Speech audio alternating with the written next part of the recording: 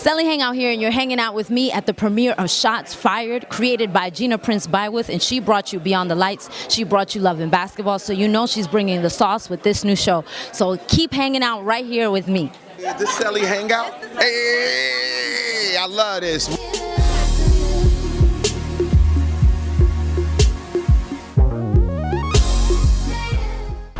It's a black cop and a white kid. Only a black prosecutor can indict without inciting tensions. I'm Ash, your investigator. How aggressive I go is up to you. Do your job the right way, by the book. It is my job to focus on the truth. And my truth has no color. In that moment, it was either him or me. I'm ready for it to be out in the world and for everyone to see it and to start speaking about it and to see the impact that it has on our society. I want people to be excited enough to tell people to tune in because it's just the beginning. It was written so well. Gina and Reggie are such amazing writers and they have such integrity. And they wrote this woman who just, she kind of jumped off the page. So I didn't really need much inspiration. Well, I mean, I just hope they have fun, they enjoy it. You know, it's entertaining, it's a mystery thriller.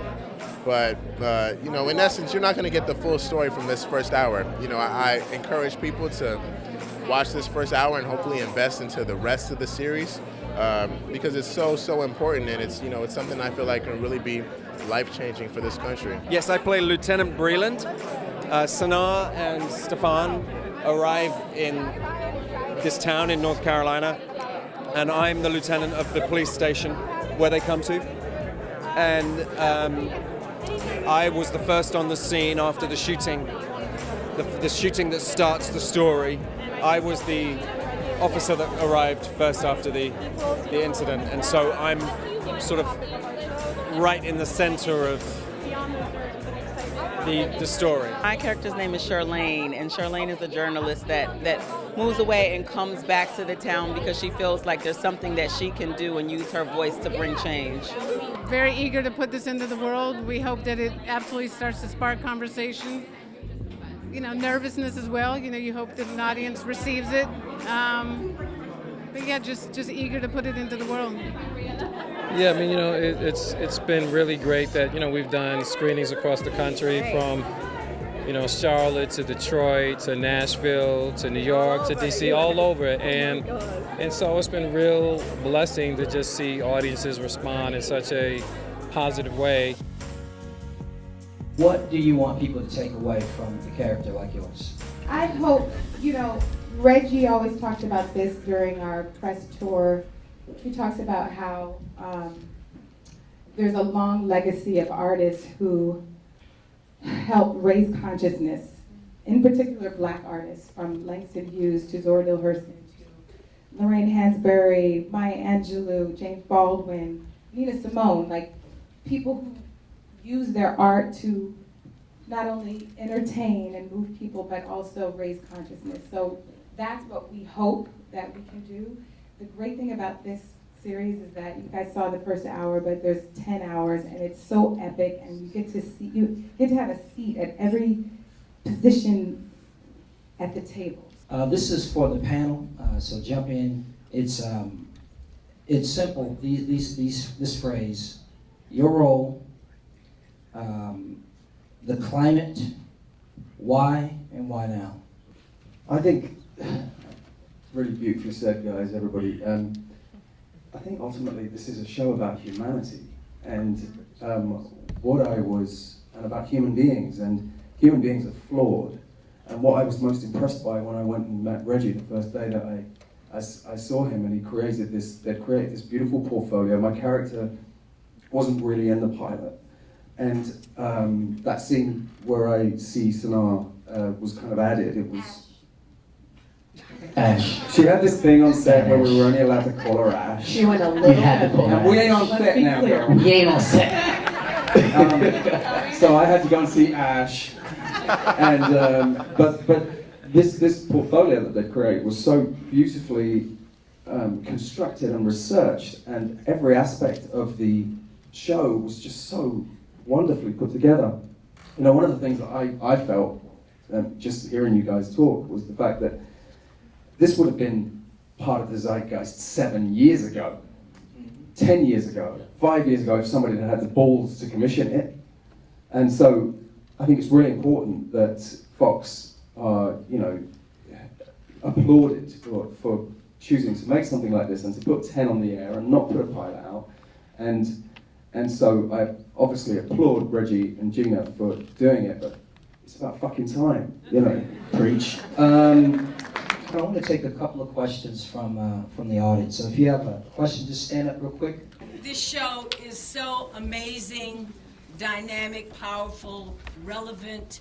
It is going to resonate with millions and millions of people. It's what we need so desperately in our world today. I'm just grateful that we were here and that we will start to spread the words. But I'm also vested to know that I need more than 10 episodes. I just want to know that this show will go, certainly on this particular incident, this situation. Are you thinking of it going beyond and going in other places? I mean, I'm curious about the future of the show. Gina and Reggie, I just want to know. Foremost, Debbie, thank you absolutely for being here. She was a huge inspiration. Reggie and I started, we met in the writer's room, A Different World. Woo! And and see Debbie Allen running things, it just made a black woman running things normal to me and to Reg, and so we are grateful to you for that. The show, we wanted it to have a beginning, middle, and an end. We wanted a short season, so to speak, so that we could, have each hour infused with, aggression and passion and story, and not have to drag anything out. But we wanted an audience to know that there was an end to it, that if you're giving us 10 hours of your life, you're going to have a conclusion. You will know the answer to the mysteries, but it is also the nature of the show that we set up, that these two are part of the Department of Justice, and their job is to go through different hot spots in America to tackle different civil rights issues. So, I guess we can say it could be open. We talk about the show as being this perfect collision of desire and opportunity, and having the desire to tell a story in this space really started after the Zimmerman trial. And the fact that Reg watched the verdict with our oldest son, who was 12 at the time, and he was so rocked by it, the fact that this guy got off, and Reggie was unable to console him and give him a hug and say it's going to be okay. And instead of doing that, he opened up the laptop and pulled out a documentary of Emmett Till and showed him that, and that just really opened up discussions in our home about the way the justice system works in the country, and oftentimes doesn't. And from that, Cassius, our son, who you met earlier, he actually wrote a short story about Trayvon Martin going to heaven and meeting Emmett Till. And that story actually ends up in hour 5, so Cassius is actually kind of the first writer of Shots Fired. I'm only human, I do what I can. I'm just a man, I do what I can. Don't put the blame on me. Don't put your blame on me.